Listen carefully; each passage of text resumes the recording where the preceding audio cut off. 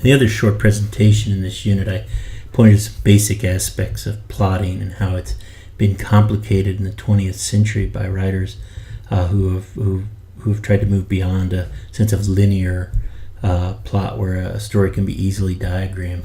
And I wanted to show you how this complication works in the two stories we've looked at in this unit by Junot Diaz and Bonnie Jo Campbell. I want to start with the short or flash fiction by Campbell called Sleepover, which is about two young women who have their boyfriends at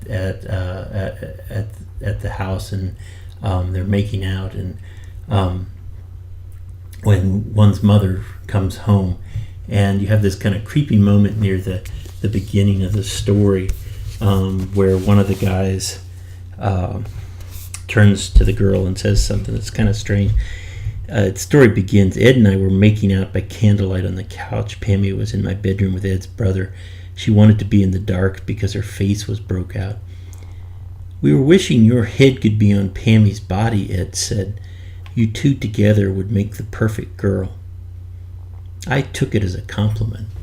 I took it as a compliment. It's really kind of a strange moment in the story because you have this moment where the narrator becomes kind of self-aware as she hears this kind of really awful thing of what the reconfigured girl would look like, and so Campbell starts with that strange moment, and it gets stranger as the story develops over the page and a half basically that it covers. That the girls are sitting watching Frankenstein on TV. When the mother returns, the boys disappear and run off through the back of the house and disappear over the fence. And it's kind of interesting in terms of plotting here, how the story develops not so much in the events of the evening, but in the narrator's awareness of that moment. As the last part of the story goes, this is on page 14. Too bad this show isn't in color, Pammy said later when we were watching Frankenstein. While the doctor was still cobbling together body parts, Pammy fell asleep with her small pretty feet on my lap. I stayed awake, though, and saw the men from the town band together to kill the monster. The thing that happens in this is there's kind of a movement in time where the narrator is maybe recalling the events of that night, and has a moment of insight where she kind of understands the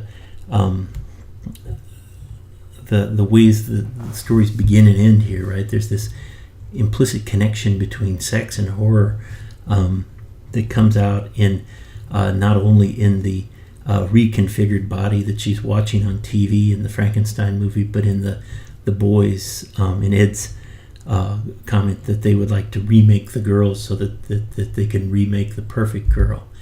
And so in terms of plot here, right, you have this moment of there are the events of the evening, but also you have the fact that there's a moment here where the narrator is kind of becoming conscious of what it is to be a young woman in the world, and maybe a moment of epiphany, perhaps even, where she speaks of staying awake or becoming awake in some ways.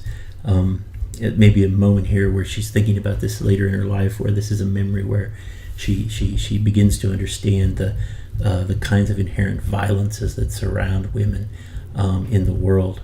Another thing that complicates the story in terms of plot also is the density of it, right? It's very, very short. Bonnie Jo Campbell describes this story. She says it took her 3 years to write it, and so there's a lot at stake in the language and the specific movements and moments in the story as they develop on the page.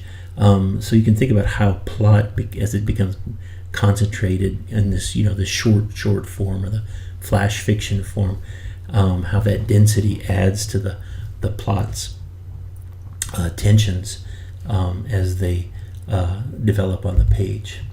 Compare that to the longer story Negocios, or Business, by Junot Diaz, where the plotting of the story, the kind of linear events of the story are Poppy's journey from the Dominican into the United States, and part of that of that plotting is how the narrator is kind of reconstructing that journey in his own imagination. So it's very linear in some ways, right? It's very follows a specific geography. That Poppy starts in Miami, finds work as a dishwasher. He travels north, has a moment of encounter with the U.S. Marshals, ends up in New York, and begins sending money home. Moves to Brooklyn, develops a relationship with another woman. Eventually plans to move to New Jersey, and then makes a visit to the Dominican Republic in the end.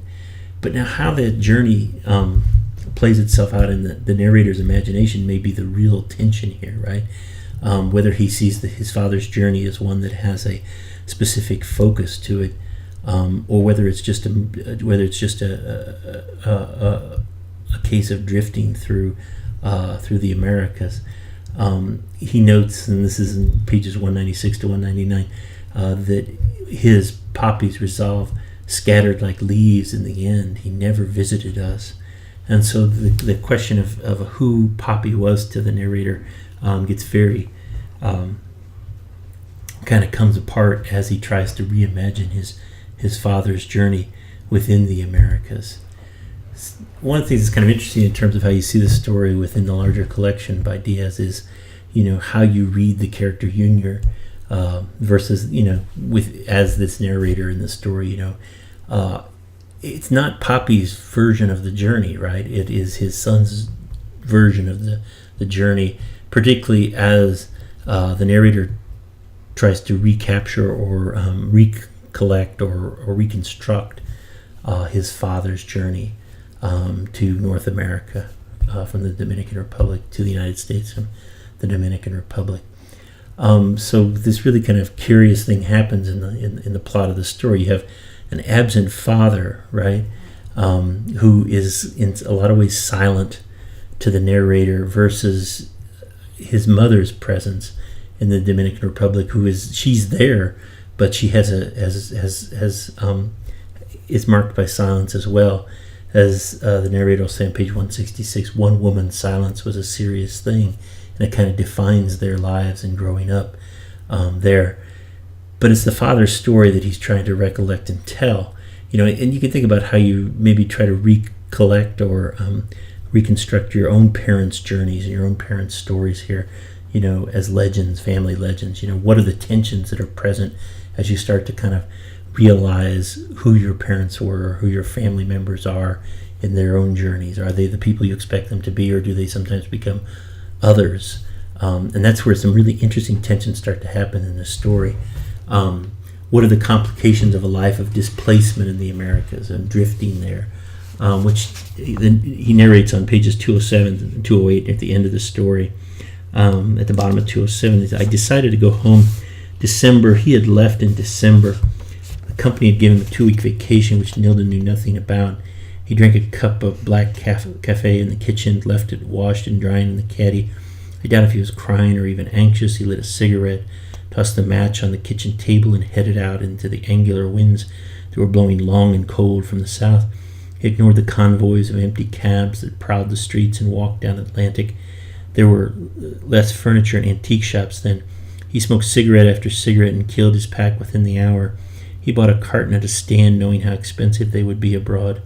The first subway station on Bond would have taken him to the airport, and I like to think that he grabbed that first train instead of what was more likely true, that he had gone out to Chuitos first before flying south to get us. So you have this really interesting thing that happens in this story, where you have this boy, or the son, trying to reconstruct the father's story. And the interesting thing is that he begins to kind of narrate himself, perhaps, as he narrates his father's journey, and kind of comes to an awareness of who he is in the world as he reconstructs the journey. If he had known the father's, movements and the full story, that would be one story. But how that story becomes real to him, how that journey becomes real to him, and how it makes him who he is where the real tension in this story is. A really, really brilliant work. We will continue with the discussion of plotting in the novel as we continue in the course.